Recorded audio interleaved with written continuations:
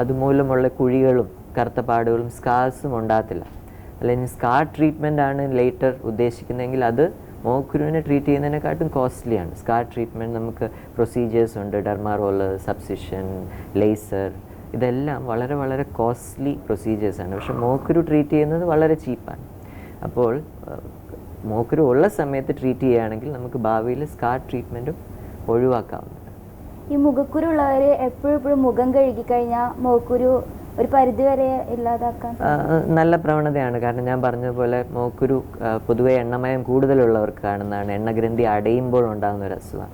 അപ്പോൾ എപ്പോഴും മുഖം കഴുകുന്നതുകൊണ്ട് നമ്മുടെ എണ്ണമയം കുറയ്ക്കാം. പ്ലസ് മോക്കുരുവിൻ്റെ ആ പോഴ്സ് അടയുന്നത് നമുക്ക് പ്രിവെൻറ്റ് ചെയ്യാം.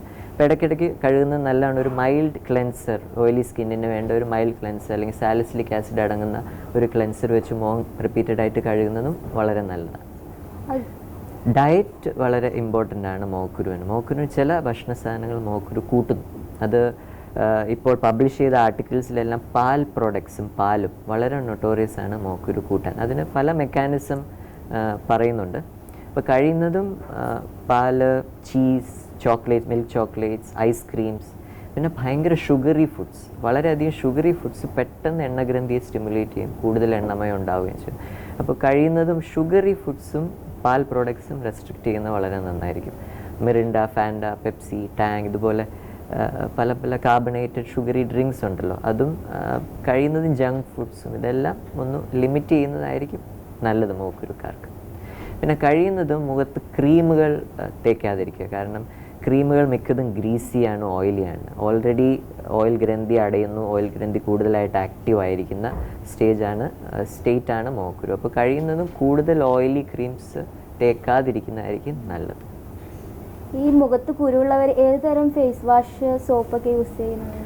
ഞാൻ സോപ്പ് റെക്കമെൻഡ് ചെയ്യാറില്ല. യൂഷ്വലി ഫേസ് വാഷാണ് റെക്കമെൻഡ് ചെയ്യുന്നത്. കാരണം സോപ്പ് കുറച്ച് ആൽക്കലൈനാണ്, സ്കിന്നിനെ ഇച്ചിരിയും കൂടി ഇറിറ്റേറ്റ് ചെയ്യുന്നു. Face wash usually skin pH അല്ലെങ്കിൽ അസിഡിക് pHലാണ് മെയിൻറ്റെയിൻ ചെയ്യുന്നത്.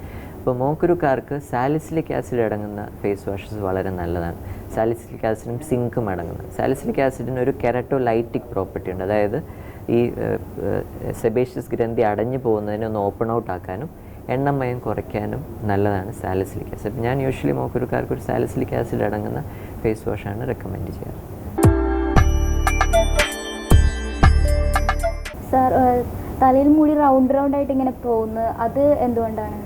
ഓക്കെ, തലമുടിയിൽ വട്ടത്തിൽ മുടി കൊഴിയുന്ന അസുഖം, അതിനെ നമ്മൾ അലോപേഷ്യ ഏരിയേറ്റ എന്ന് പറയും.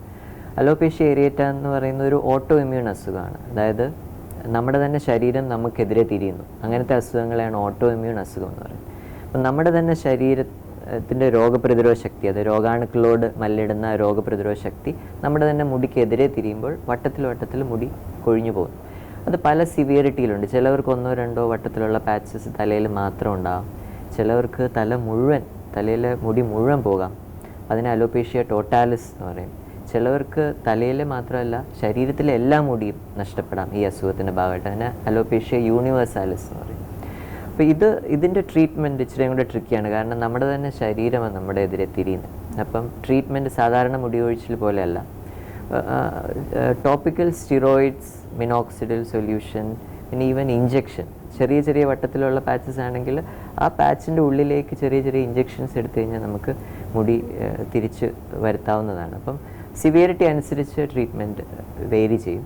പിന്നെ യൂഷ്വലി ഇതൊരു ഓട്ടോ ഇമ്മ്യൂൺ അസുഖം ആയതുകൊണ്ട് വേറെ ഓട്ടോ ഇമ്മ്യൂൺ അസുഖം ഉണ്ടോ എന്നും കൂടെ ഒന്ന് ചെക്ക് ചെയ്യുന്നത് വളരെ നല്ലതാണ്. ഉദാഹരണമായിട്ട് തൈറോയിഡ്, ഡയബറ്റിസ്, അങ്ങനെ എന്തെങ്കിലും വേറെ ഓട്ടോ ഇമ്മ്യൂൺ അസുഖം ഉണ്ടോ എന്നും കൂടെ ഒന്ന് ചെക്ക് ചെയ്തത് നല്ലതാണ്. സാർ, അതുപോലെ തന്നെ അകാല നര. ഓക്കെ, അകാല നര ഇപ്പോൾ ഈ ആധുനിക യുഗത്തിൽ വളരെയധികം ആൾക്കാർ സഫർ ചെയ്യുന്ന ഒരു ഡിസീസാണ്. കുറേ യങ്സ്റ്റേഴ്സ് എൻ്റെ ക്ലിനിക്കിൽ വരുന്നുണ്ട് അകാല നരയായിട്ട്. ഇപ്പോൾ അകാല നര നമ്മൾ പ്രിമച്യൂർ ഗ്രേയിങ് അല്ലെങ്കിൽ കനൈറ്റിസ് എന്ന് പറയും.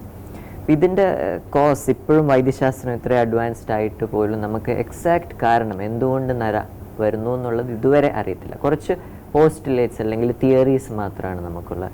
അതിലൊരു തിയറി പറയുന്നത് ജനറ്റിക്, അതായത് പാരമ്പര്യമായിട്ട് കിട്ടുന്ന നര. അപ്പോൾ ആദ്യം തന്നെ പേഷ്യൻറ്റിനോട് ചോദിക്കേണ്ട ചോദ്യം അമ്മയും അച്ഛനും നേരത്തെ നരച്ചു എന്നുള്ളത്. അപ്പോൾ ഈ നര വരുന്നത് നമ്മുടെ ഹെയറിൻ്റെ താഴെയുള്ള കളർ ഉൽപ്പാദിപ്പിക്കുന്ന മെലനോസൈറ്റ്സ് പെട്ടെന്ന് ഏജ് ആകുന്നതുകൊണ്ട് അല്ലെങ്കിൽ വയസ്സാകുന്നുണ്ട്. അപ്പോൾ അച്ഛനും അമ്മയും നേരത്തെ നരച്ചിട്ടുണ്ടെങ്കിൽ നമ്മളും നേരത്തെ നരയ്ക്കാനുള്ള ചാൻസ് നമുക്ക് കൂടുതലാണ്. അങ്ങനെ ഹെറിഡിറ്ററി അല്ലെങ്കിൽ ഫാമിലി ഹിസ്റ്ററി ഉള്ള നരയിലാണ് ഏറ്റവും ട്രീറ്റ്മെൻറ്റ് റെസിസ്റ്റൻ്റ് അല്ലെങ്കിൽ ട്രീറ്റ്മെൻറ്റ് അധികം ചെയ്യാതിരിക്കുന്നതായിരിക്കും നല്ലത് അത്തരം പേഷ്യൻസിന്. കാരണം ട്രീറ്റ്മെൻറ്റ് കൊണ്ട് അധികം ബെനിഫിറ്റ് അവർക്ക് കിട്ടത്തില്ല. ഡയറക്റ്റ്ലി അവരോട് ഹെയർ ഡൈ യൂസ് ചെയ്യുന്നതിനെ പറ്റിയോ ഹെയർ കളർ യൂസ് ചെയ്യുന്നതിനെ പറ്റി റെക്കമെൻഡ് ചെയ്യുകയാണ് യൂഷ്വലി പതിവ്. മറ്റുള്ളവർക്ക് മറ്റുള്ള കാരണങ്ങളായിട്ട് പറയപ്പെടുന്നത് stress, vitamin deficiencies, calcium pantothenic, biotin, amino acids deficiency, iron deficiency. ഇപ്പോൾ ലേറ്റസ്റ്റ് ആയിട്ട് അകാല നരയുള്ളവർക്കെല്ലാം വൈറ്റമിൻ ഡി ഡെഫിഷ്യൻസി കണ്ടുവരുന്നു, സിങ്ക് ഡെഫിഷ്യൻസി.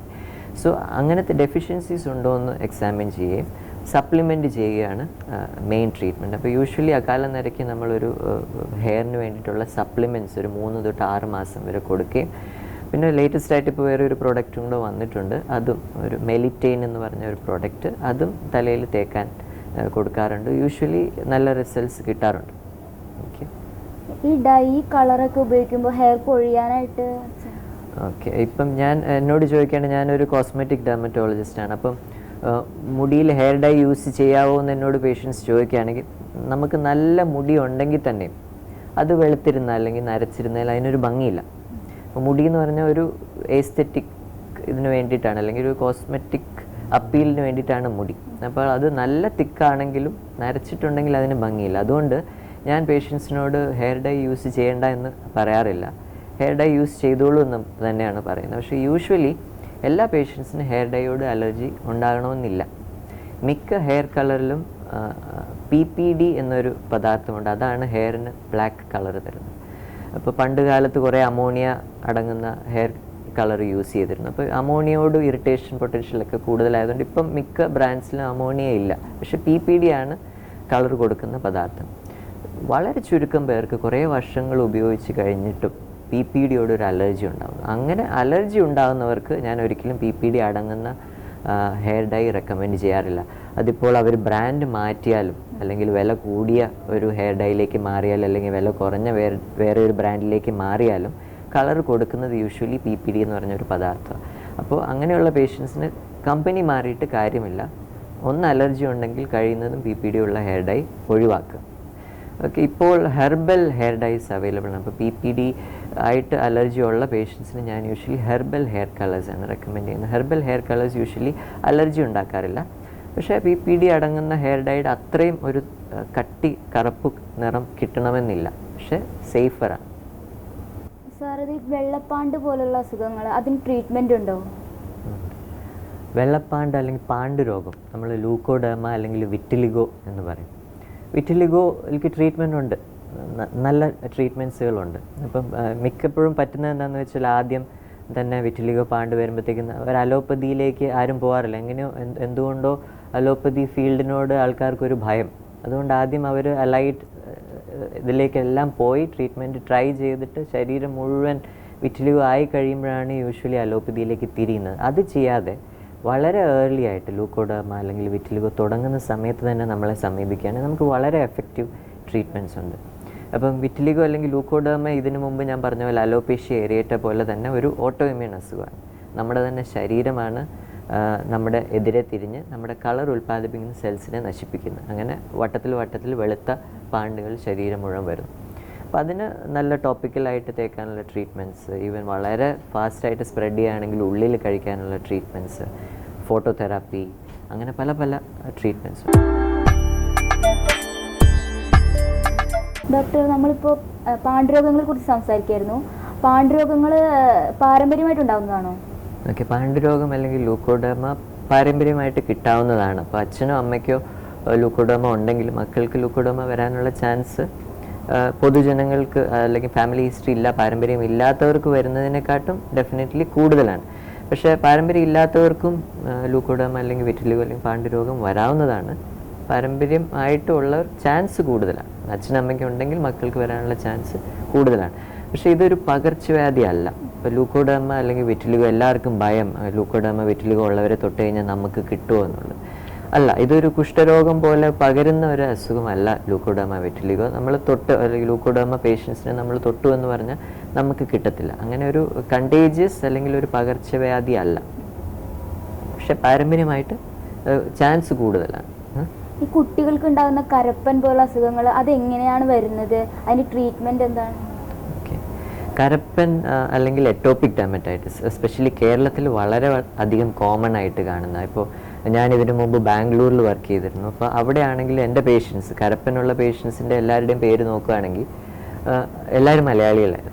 ഇവിടെ കേരളത്തിൽ വന്ന പിന്നെ കരപ്പൻ ഉള്ളവരുടെ നമ്പർ വളരെ വളരെ കൂടുതലാണ്. എന്തോ കേരളത്തിൽ മലയാളികൾക്ക് കരപ്പൻ വളരെ കോമൺ ആയിട്ടുണ്ട്. ഇപ്പോൾ എറ്റോപിക് ഡെർമറ്റൈറ്റിസ് ആണ് അതിൻ്റെ മെഡിക്കൽ ലാംഗ്വേജിൽ കരപ്പിനെ പറയുന്നത്. ഇതൊരു വളരെ സെൻസിറ്റീവ് സ്കിന്നാണ്. സെൻസിറ്റീവ് സ്കിൻ മാത്രമല്ല, എൻറ്റയർ ബോഡി പല പല അലർജൻസിനോട് സെൻസിറ്റീവാണ്. ഇപ്പോൾ കരപ്പൻ പ്രവണത അല്ലെങ്കിൽ ഒരു എറ്റോപ്പി എന്ന് പറഞ്ഞ ഒരു കൊടക്കീഴിൽ നമുക്ക് എറ്റോപിക് ഡെർമറ്റൈറ്റിസ് വരുന്നു, അലർജിക് റൈനൈറ്റിസ്, അതായത് എപ്പോഴുള്ള തുമ്മൽ, മൂക്കിൽ നിന്ന് വെള്ളം ഒലിക്കൽ അല്ലെങ്കിൽ കണ്ണിൽ നിന്ന് എപ്പോഴും വെള്ളം ഒലിക്കൽ, വലിവ്, ആസ്ത്മ, എക്സീമ, ഇതുപോലെ ഉള്ള എല്ലാ അസുഖങ്ങളും എറ്റോപ്പി എന്നൊരു കൊടക്കീഴിലാണ്. അപ്പം അവർ പൊതുവെ മറ്റുള്ളവരെക്കാട്ടും കൂടുതൽ സെൻസിറ്റീവ്. അപ്പം കരപ്പന് നല്ല ട്രീറ്റ്മെൻറ്റ്സ് ഉണ്ട്. കാരണം ഇതിലും പല പല ഫീൽഡ് ഓഫ് മെഡിസിനിലേക്ക് പോകാതെ അലോപ്പതിയിൽ വരികയാണെങ്കിൽ നമുക്ക് വളരെ എഫക്റ്റീവ് ട്രീറ്റ്മെൻറ്റ്സ് ഉണ്ട്. ഏറ്റവും എഫക്റ്റീവ് ട്രീറ്റ്മെൻറ്റ് കരപ്പനിൽ എന്താണെന്ന് ചോദിച്ചാൽ മോയ്സ്ചറൈസ് ആണ്. കാരണം എല്ലാ കരപ്പൻ അല്ലെങ്കിൽ എറ്റോപിക് ഡെർമറ്റൈറ്റിസ് ഉള്ള പിള്ളേരുടെയും സ്കിൻ നോക്കുകയാണെങ്കിൽ വളരെ വളരെ വരണ്ടതാണ്. ഈ വരണ്ട സ്കിന്നിൻ്റെ ബാരിയർ ഫങ്ഷൻ അബ്നോർമലാണ്. അതായത് പല പല അലർജൻസ്, അത് പൊടിയാകാം, കെമിക്കൽസ് ആകാം, അല്ലെങ്കിൽ വീട്ടിൽ പൂച്ചാപ്പട്ടി ഉണ്ടെങ്കിൽ അതിൻ്റെ രോമങ്ങൾ, അതിൻ്റെ ഡാൻഡർ, അല്ലെങ്കിൽ ഡസ്റ്റ് മൈറ്റ്സ് ആകാം, ഹാഷ് കെമിക്കൽ സോപ്പ് ആകാം, ഈവൻ വെതർ ചേഞ്ചസ്, ഭയങ്കര തണുപ്പുള്ള സമയങ്ങളിൽ കരപ്പൻ കൂടാം, അല്ലെങ്കിൽ ഭയങ്കര ചൂടായിട്ടുള്ള സമയങ്ങളിൽ കരപ്പൻ കൂടാം, അല്ലെങ്കിൽ കൊതുക് കടിയോടുള്ള അലർജി കൂടുതൽ. ഇതെല്ലാം വളരെ വളരെ സെൻസിറ്റീവ് സ്കിൻ ടൈപ്പാണ് കരപ്പൻകാർക്ക്. അപ്പം ഈ ബാരിയറെ നിലനിർത്തുക എന്നുള്ളതാണ് മെയിൻ സ്റ്റേ ട്രീറ്റ്മെൻറ്റ്. അതായത് ഒരു മോയ്സ്ചറൈസർ റെഗുലറായിട്ട് യൂസ് ചെയ്യുക. അപ്പോൾ കരപ്പൻ്റെ ഏറ്റവും ബെസ്റ്റ് ട്രീറ്റ്മെൻറ്റ് ഏതാണ്, എറ്റോപിക് ഡെർമറ്റൈറ്റിസിൻ്റെ ബെസ്റ്റ് ട്രീറ്റ്മെൻറ്റ് ഏതാണെന്ന് ചോദിച്ചാൽ ഞാൻ പറയും മോയ്സ്ചറൈസ്. കാരണം കുളിച്ച് കഴിഞ്ഞിട്ട് ആ ചെറിയ നനവോടുകൂടി ഇരിക്കുമ്പം തന്നെ മോയ്സ്ചറൈസ് ചെയ്താൽ ബാരിയർ ഫങ്ഷൻ റീറ്റെയിൻ ചെയ്യും. പല പല അലർജൻസ് നമ്മൾ ആ മോയ്സ്ചറൈസേഷൻ കൊണ്ട് നമുക്ക് പ്രിവെൻറ്റ് ചെയ്യാൻ പറ്റും. അത് സ്കിന്നിൽ വന്ന് മുട്ടാതെ നമുക്ക് പ്രിവെൻറ്റ് ചെയ്യാൻ സാധിക്കും. പിന്നെ പല സിവിയറിറ്റി അനുസരിച്ച് ട്രീറ്റ്മെൻറ്റ് ഉണ്ട്, പക്ഷേ വളരെ എഫക്റ്റീവ് ആയിട്ടുള്ള ട്രീറ്റ്മെൻറ്റ് അവൈലബിൾ ആണ്. കഴിയുന്നതും നേരത്തെ ഒരു ഡെർമറ്റോളജിസ്റ്റിനെ വന്ന് കാണിക്കുക എന്നാണ് എൻ്റെ അഭിപ്രായം. എന്തുകൊണ്ടാണ് കരപ്പൻ കുട്ടികളിൽ തന്നെ കാണുന്നത്? കുട്ടികളിൽ വെച്ച് തുടങ്ങുന്നു. കാരണം ഇപ്പോൾ ചില അസുഖങ്ങൾക്ക് അങ്ങനെയാണ്, ചില രീതിയുണ്ട്. എപ്പോഴാണ് തുടങ്ങുന്നതെന്ന് വെച്ചാൽ വളരെ ലൈഫിൽ വളരെ ഏർലി തുടങ്ങുന്നു. കാരണം അവർ വളർന്ന് വലുതാവും തോറും പല പല അലർജൻസിനോട് സെൻസിറ്റിവിറ്റി ഉണ്ടാകുന്നു.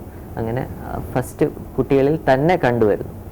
പക്ഷേ വളരെ ചുരുക്കം, ഇപ്പോൾ പറഞ്ഞ പോലെ എന്തുകൊണ്ട് കുട്ടികൾ കോമൺ, പക്ഷേ ഈവൻ മുതിർന്നവരിലും കാണാം. അങ്ങനെയുള്ളവർ അഡൽട്ട് ഓൺസെറ്റ് എറ്റോപ്പി എന്ന് പറയും. അതായത് ചെറുപ്പത്തിലൊന്നും കരപ്പൻ സ്കിന്നിലൊന്നും ഇല്ലായിരുന്നു, പക്ഷേ മുതിർന്ന പ്രായത്തിൽ എറ്റോപ്പിക് ആയിട്ട് വരും. പക്ഷെ അത് വളരെ വളരെ റെയറാണ്, അധികം കാണാറില്ല. യൂഷ്വലി ചെറിയ പ്രായത്തിൽ തന്നെ കണ്ടുവരുന്നു. പിന്നെ പറഞ്ഞ പോലെ ഫാമിലി ഹിസ്റ്ററി വളരെ